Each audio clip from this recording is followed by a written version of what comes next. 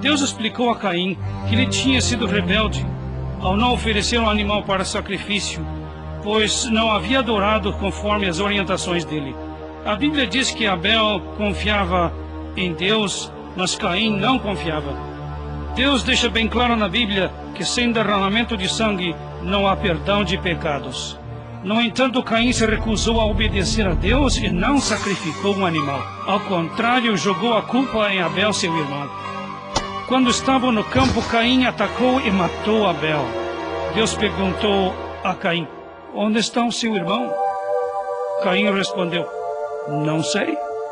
Por acaso eu tenho que cuidar dele? Deus insistiu: o que você fez? O sangue de seu irmão clama a mim. Você vai ser amaldiçoado na terra encharcada com o sangue de Abel, sangue derramado por suas mãos. Caim se afastou da presença do Senhor. Sua rebeldia contra Deus causou o primeiro assassinato do mundo e a primeira divisão em família. Com o tempo, os descendentes de Adão e Eva começaram a povoar a terra. Ao ver que a maldade humana estava por todos os lugares e que as pessoas só pensavam em coisas ruins, Deus ficou triste e disse: eu mesmo criei a raça humana, mas agora vou destruí-la.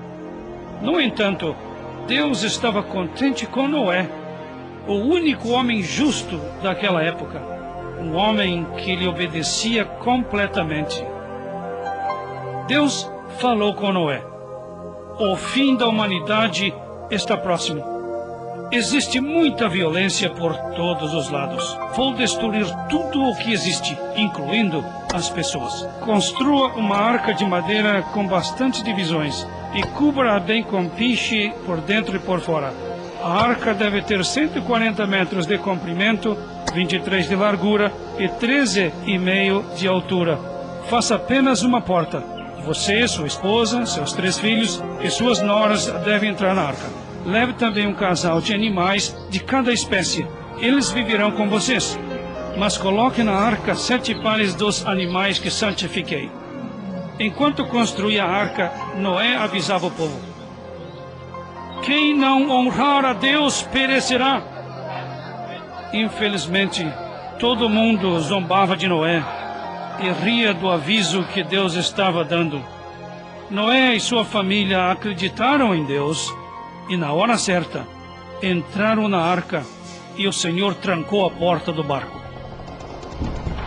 Deus fez chover durante 40 dias e 40 noites. As águas também jorravam do fundo da terra e iam cobrindo tudo. Com a subida das águas, a arca começou a flutuar. Finalmente, as águas cobriram tudo o que havia na terra, incluindo os montes e até mesmo as montanhas. Todos os seres vivos morreram. Os pássaros, o gado, os animais que andavam, rastejavam, todos se afogaram no dilúvio. A terra ficou coberta de água durante 150 dias. Deus, no entanto, cuidou de Noé e de todos que estavam na arca. Deus, então, mandou que um vento soprasse sobre a terra para que começasse a baixar o nível da água.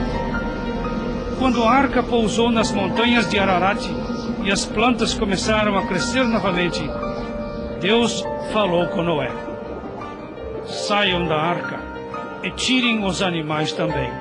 E todos saíram. Noé construiu um altar e ofereceu sacrifícios ao Senhor. Deus abençoou Noé e seus filhos, dizendo-lhes: multipliquem-se, tenham muitos filhos e povoem a terra.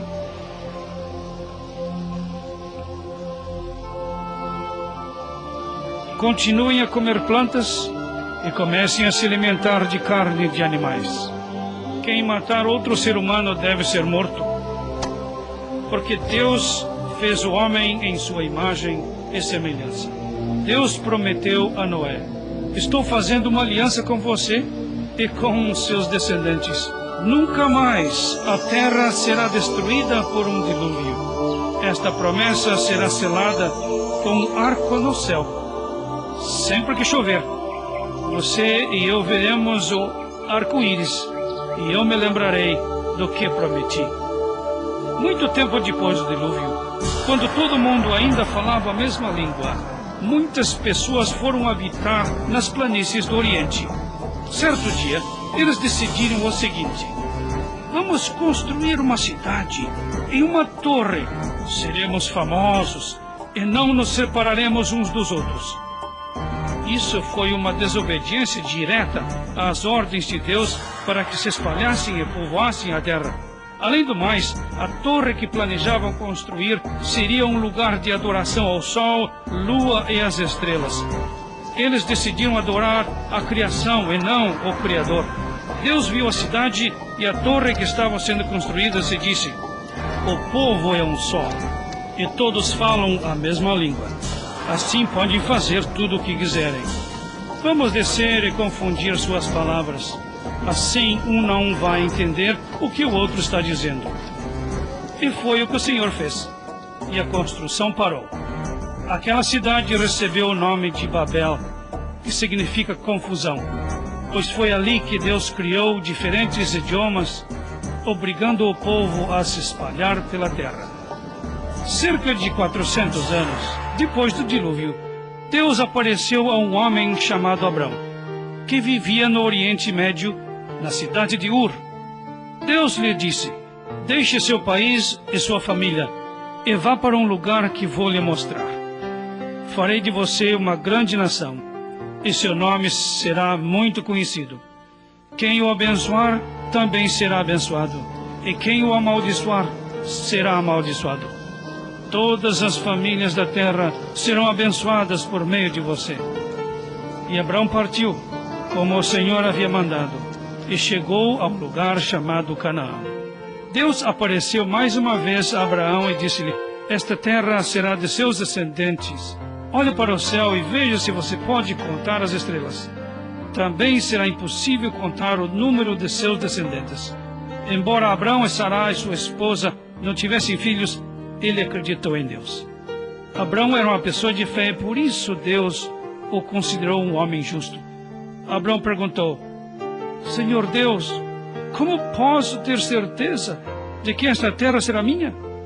Deus respondeu: vai acontecer o seguinte: seus descendentes viverão 400 anos num país estrangeiro, onde serão maltratados e escravizados.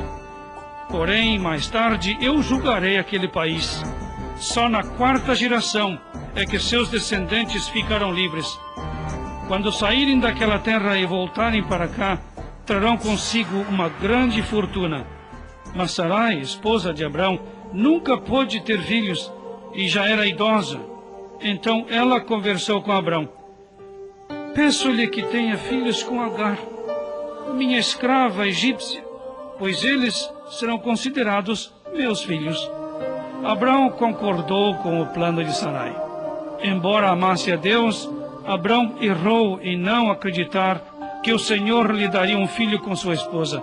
O filho de Abrão e Agar foi chamado de Ismael. 13 anos depois, quando Abraão tinha 99 anos, o Senhor lhe apareceu de novo e disse: eu sou o Deus poderoso, ande na minha presença. Estou mudando o seu nome para Abraão, que significa pai de multitudes, e o nome de sua esposa será mudado para Sara, que significa princesa.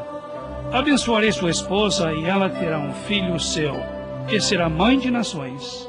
Então Abraão implorou ao Senhor: que Ismael viva diante de ti. Deus lhe respondeu: atenderei seu pedido e abençoarei Ismael. Multiplicarei os descendentes dele e farei dele uma grande nação. Deus cumpriu sua promessa a Abraão, pois Ismael deu origem aos países árabes. Deus continuou: mas será com o filho de Sara e com os descendentes dele que farei uma aliança eterna. Algum tempo depois, Sara deu luz a um filho que foi chamado de Isaque. Quando Isaque já era grande, o Senhor pediu que Abraão provasse quanto o amava. Deus o chamou: Abraão, estou aqui. Ele respondeu. Deus lhe ordenou: pegue seu filho, seu único filho Isaque, a quem você tanto ama, e vá para a terra de Moriá. eu indicarei o monte onde você deverá sacrificar Isaque como oferta queimada. No dia seguinte, bem cedo, Abraão levantou-se e chamou Isaque, como Deus lhe havia ordenado, e partiram. No terceiro dia de caminhada, Abraão olhou adiante e viu o lugar indicado pelo Senhor. E pegou a lenha do sacrifício e deu-a para Isaque carregar. Abraão pegou uma tocha, uma faca, e os dois subiram ao monte juntos. Isaque perguntou: Pai, nós temos o fogo e a lenha, mas onde está o cordeiro para o sacrifício? Abraão respondeu: Meu filho, Deus proverá um cordeiro para a oferta queimada. Os dois subiram até o lugar indicado por Deus. Abraão construiu um altar e arrumou a lenha. Depois amarrou Isaque e o deitou sobre a lenha no altar. A seguir, Abraão pegou a faca e preparou-se para matar o filho. Neste exato momento, um anjo do Senhor gritou do céu: Abraão, Abraão, eis-me aqui. Ele respondeu. O Senhor disse: Não faça nada a Isaque. Agora tenho certeza que você me ama acima de tudo, pois não poupou seu único filho. Abraão levantou a cabeça e, olhando para trás, viu um carneiro com chifres presos numa moita. Abraão pegou o animal e o sacrificou em lugar de seu filho. A Bíblia diz que Abraão sabia que Deus cumpriria as suas promessas em relação a Isaque, nem que fosse preciso ressuscitá-lo dos mortos. Porque Abraão tinha fé em Deus, o Senhor lhe prometeu: Vou abençoar muito você. Seus descendentes serão tão numerosos quanto as estrelas do céu. Todas as nações da terra serão abençoadas por meio de seu filho, porque você me obedeceu. Abraão ficou muito alegre, pois entendeu que o Salvador, prometido há muito tempo lá no jardim, seria descendente dele. O teste que Deus fez com Abraão também ilustrou como Deus, o Pai Celeste, um dia ofereceria seu único e amado filho em sacrifício a favor do mundo todo. Mais tarde, Isaque se casou e teve filhos gêmeos, Esaú e Jacó. Mais tarde, Deus mudou o nome de Jacó para Israel, e ele foi escolhido para dar continuação à descendência prometida. Jacó teve 12 filhos. Um deles, José, foi vendido como escravo pelos próprios irmãos. Mas a providência divina fez com que ele se tornasse governador do Egito, e José trabalhou ao lado do poderoso faraó. José era um homem de Deus e perdoou seus irmãos. Quando houve uma grande fome no mundo, ele chamou todos os seus parentes para morarem no Egito. Assim, 70 descendentes de Abraão, Isaque e Jacó, conhecidos como os filhos de Israel, mudaram-se para o Egito, onde mais tarde seriam escravizados, exatamente como Deus havia dito a Abraão. Os filhos de Israel tiveram muitos filhos e povoaram o Egito. Mas outro faraó, que não tinha conhecido José, começou a ficar preocupado e foi conversar com seu povo. Olhem, os filhos de Israel, esses hebreus, são mais numerosos que nós. Precisamos ficar atentos. Se permitirmos que continuem a se multiplicar, eles poderão se juntar ao inimigo e lutar contra nós, caso entremos numa guerra. Os egípcios então decidiram escravizar os hebreus. Os feitores cruéis sobrecarregaram os filhos de Israel com um trabalho muito pesado. No entanto, quanto mais maltratados, mais o povo crescia. O faraó então chamou as parteiras dos hebreus e deu-lhes uma ordem: quando as hebreias tiverem meninas, deixem as crianças viverem. Porém, matem todos os meninos que nascerem daqui por diante. Uma mulher hebreia escondeu o filho recém-nascido durante 3 meses.